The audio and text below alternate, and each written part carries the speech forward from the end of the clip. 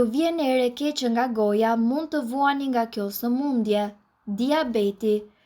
Ketoacidosi, si njohur gjithashtu edhe si kundërmimi me erë frute, është një mënyrë natyrale që tregon për probleme serioze diabetike në njerëz.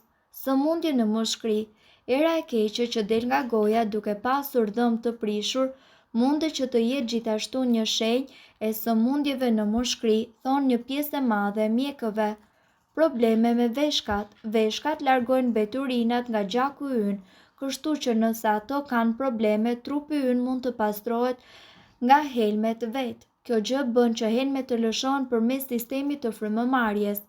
Obeziteti. Një qendër mjekësore në Los Angeles analizoi se personat të cilët vuanin nga obeziteti kishin erë të keqe të gojës. Era e keqe e gojës mund të jetë një tregues gjithashtu për problemet me stomakun. Nëse goja juaj fillon të mbajë erë të keqe, është mirë që të shkoni tek mjeku.